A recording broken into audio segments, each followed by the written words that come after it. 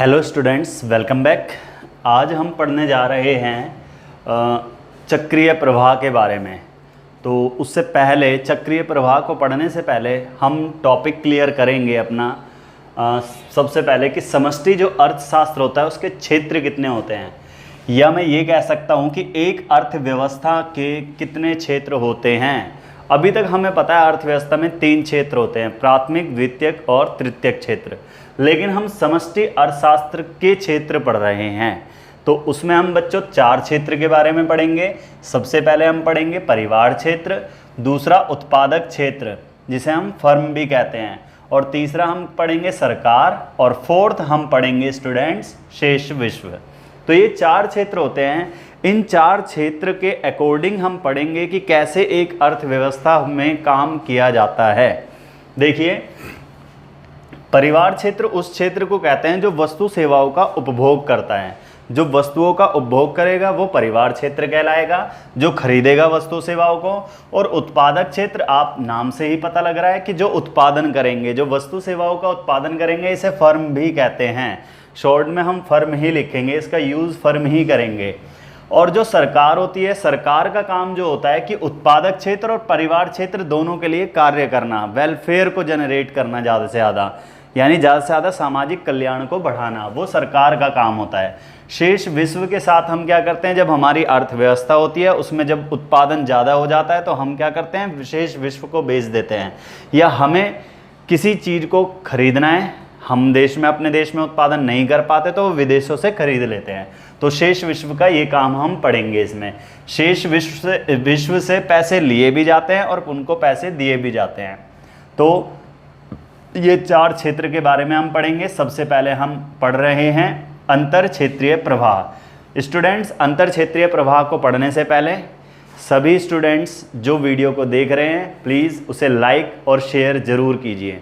देखिए, अंतर क्षेत्रीय प्रवाह, सबसे पहले अंतर क्षेत्रीय प्रवाह क्या होता है। अर्थव्यवस्था का प्रत्येक क्षेत्र एक प्रकार से या अन्य प्रकार से दूसरे क्षेत्र पर निर्भर होता है। भाई, परिवार क्षेत्र क्या सब चीज़ें अपने आप प्रोड्यूस कर लेता है? नहीं करता।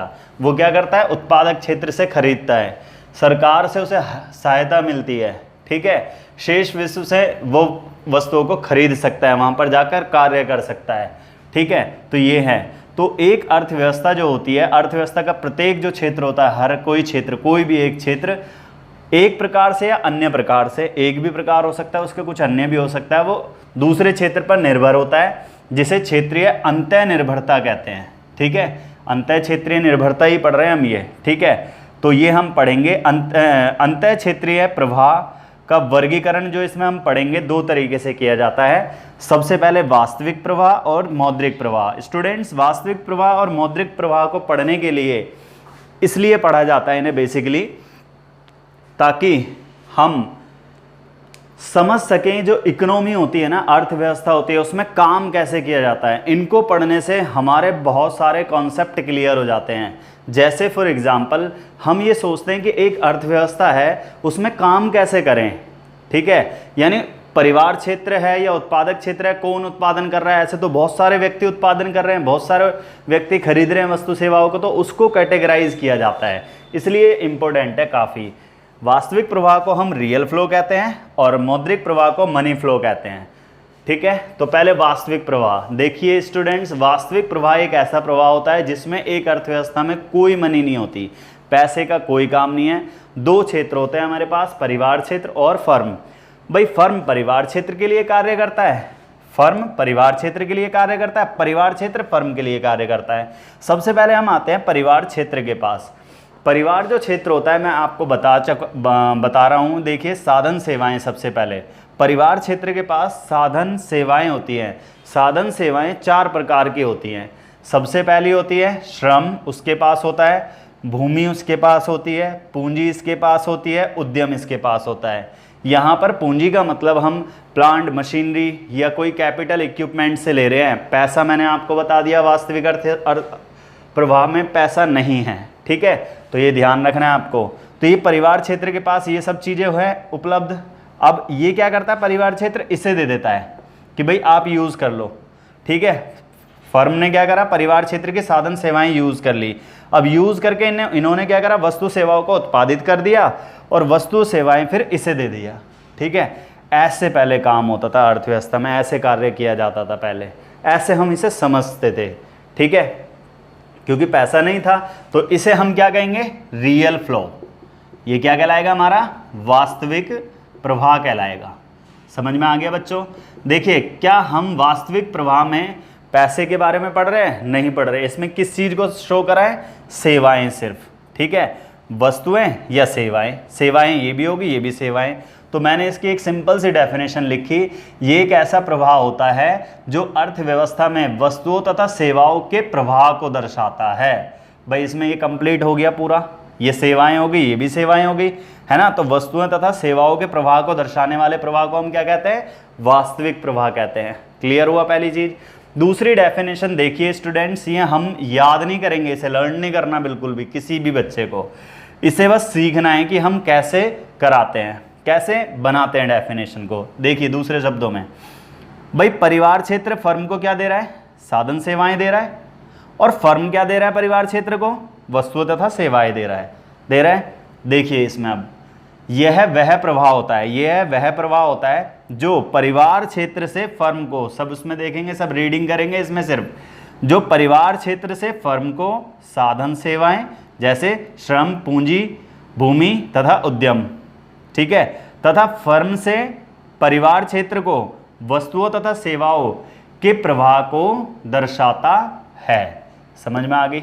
ये डेफिनेशन लर्न नहीं करनी होती है, ये समझनी होती है, इस मॉडल के अकॉर्डिंग ये डेफिनेशन लिखी गई है, ये सही है। देखिए अब हम आते हैं मौद्रिक प्रवाह। अब मौद्रिक प्रवाह, कुछ टाइम बाद हमारी अर्थव्यवस्था में पैसा आ गया।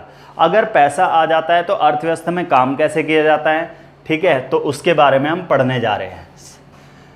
भाई मौद्रिक प्रवाह यह वह प्रवाह होता है जो एक अर्थव्यवस्था में वस्तुओं तथा सेवाओं पर व्यय, इस बार क्या हो गया भाई हमारी क्या है, देखिए मौद्रिक प्रवाह। जब हम मौद्रिक प्रवाह को पढ़ते हैं तो वास्तविक प्रवाह के रिलेशन को भी शो करते हैं ताकि हम इजीली अंडरस्टैंड कर सके, ताकि आसानी से उसे समझा जा सके।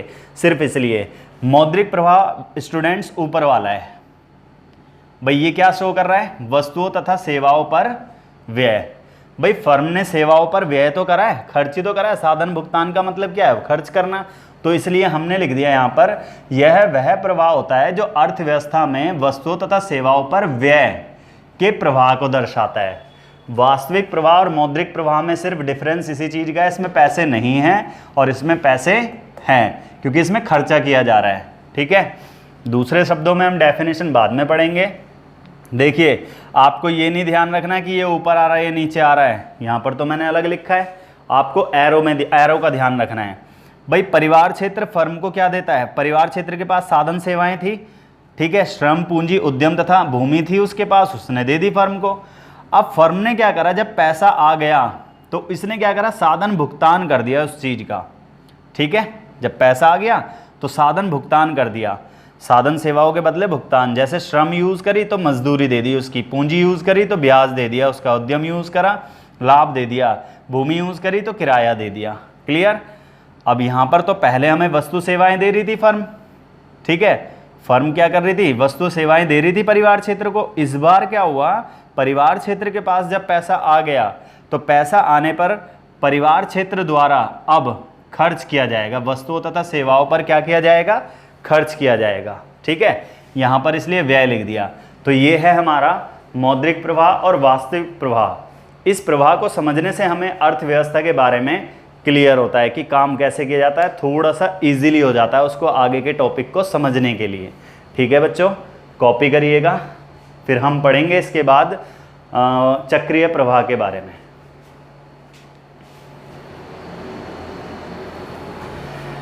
हेलो स्टूडेंट्स, कॉपी कर लिया आपने। देखिए नेक्स्ट हम पढ़ते हैं चक्रीय प्रवाह। देखिए चक्रीय प्रवाह होता क्या है, वो भी अभी तक हमने जो वास्तविक प्रवाह या मौद्रिक प्रवाह है वो भी एक चक्रीय प्रवाह है भाई, जिसमें ऐसे राउंड हो जाए ना सर्कल, ठीक है, वो चक्रीय प्रवाह कहलाता है। अभी हमने वास्तविक प्रवाह मौद्रिक प्रवाह पढ़ा, उसमें भी ऐसे ही हुआ था, उसे अंतर क्षेत्रीय प्रवाह भी कहते हैं या चक्रीय प्रवाह भी कहते हैं। अब हम बेसिकली चक्रीय प्रवाह को एक बार बना के देख लेते हैं कैसे होता है। देखिए मैं ये लिख रहा हूँ, चक्रीय प्रवाह से अभिप्राय आय, उत्पादन तथा उपभोग व्यय के प्रवाह से है। ठीक है, चक्रीय प्रवाह के 3 चर होते हैं, हम 3 चर पढ़ेंगे इसमें, उत्पादन, आय और उपभोग व्यय। देखिए उत्पादन अगर किया जाएगा तो आय भी जनरेट होगी, आय भी सृजित होगी, और आय अगर आपकी बढ़ेगी तो आप खर्चा करोगे, अगर खर्चा करोगे तो फिर उत्पादन बढ़ेगा, फिर उत्पादन बढ़ेगा, आय। इसे चक्रीय प्रवाह कहते हैं बच्चों। ठीक है, अब चक्रीय प्रवाह का विस्तार कब पाया जाता है और चक्रीय प्रवाह का संकुचन कब पाया जाता है? विस्तार और संकुचन समावेशी और वापसियों के कारण होता है। जो वापसी होती है और समावेशी होती है उसके कारण होता है। वापसी को लीकेज कहते हैं और समावेशी को इंजेक्शन कहते हैं हम। अब समावेशी और वापसी क्या होती हैं सभी ध्यान से देखेंगे, इसमें डिफरेंस भी आ जाता है एग्जाम में। देखिए समावेशी क्या होती है और वापसियां क्या होती हैं। देखिए समावेशी, भाई समावेशी इंजेक्शन, जैसे नाम से पता लग रहा है इंजेक्शन। अगर हम लूज हो रहे हैं, हमें तबीयत खराब हो रही है हमारी, ठीक है, तो हमें क्या कर दिया जाता है, इंजेक्ट जब हम कर देते हैं तो हम एक्टिव हो जाते हैं। ऐसी समावेशी हमारी अर्थव्यवस्था को एक्टिव कर देती है। ठीक है, तो समावेशी से अभिप्राय समष्टि अर्थशास्त्र के उन चरों से है जिससे अर्थव्यवस्था, जिससे आय के चक्रीय प्रवाह में वृद्धि होती है। ये इंपॉर्टेंट चीज़ है। ठीक है, अगर हमारी अर्थव्यवस्था में आय में वृद्धि पाई जाए ऐसे चरों से तो उसे समावेशी कहते हैं।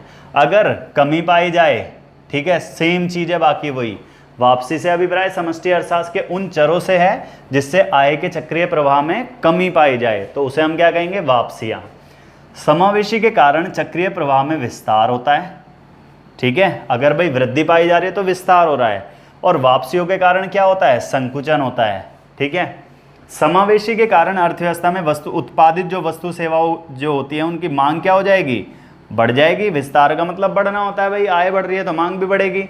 वापसी के कारण अर्थव्यवस्था में उत्पादित जो वस्तु सेवाएं जो होती हैं उनकी मांग में क्या हो जाती है, कमी हो जाती है। उदाहरण के लिए जैसे सरकारी व्यय, सरकार ज़्यादा से ज़्यादा खर्च करेगी, निवेश करेगी, फ्लाईओवर बनाएगी, या फिर लोगों को प्रोवाइड करा रही है, हस्तांतरणाएँ दे रही है, उनके पास पैसे आ रहे हैं तो वो खर्च करेंगे। निवेश ज़्यादा करना और निर्यात करना, ये हमारे उदाहरण हैं किसके, समावेशी के। जैसे सरकार कर लगा रही है, आपके पास जितनी इनकम थी उसमें से टैक्स ले लिया आपसे, तो आपके पास खर्च करने वाले पैसे क्या बचेंगे, कम पैसे बचेंगे तो आप खर्च कम करोगे।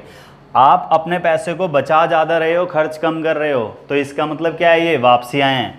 और आयात अगर हम ज़्यादा करते हैं तो फिर इसका मतलब हमारे देश के जो घरेलू उत्पादन है वो ज़्यादा नहीं हो रहा है उत्पादित। ठीक है, तो ये हमारा है चक्रीय प्रवाह, और आप इसे कॉपी करेंगे। और ये वीडियो आपको कैसी लगी प्लीज़ लाइक और शेयर और सब्सक्राइब चैनल को ज़रूर कीजिए। अगर आपने अभी तक सब्सक्राइब नहीं किया है तो चैनल को सब्सक्राइब ज़रूर कीजिए। सब्सक्राइब करने से आपको जो भी मैं वीडियो बनाऊंगा तो आपके पास नोटिफिकेशन पहुंच जाता है। सब्सक्राइब करने का ये बेनिफिट है आपके लिए।